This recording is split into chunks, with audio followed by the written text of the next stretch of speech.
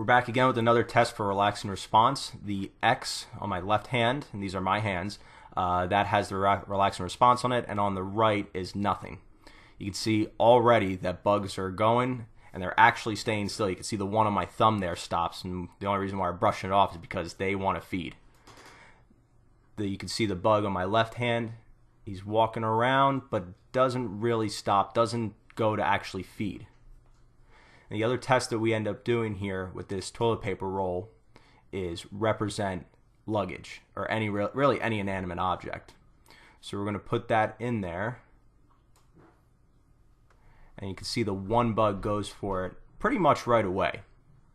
The other bugs are still surveying around, trying to figure out if there's any other changes in the environment, if there's anywhere to hide.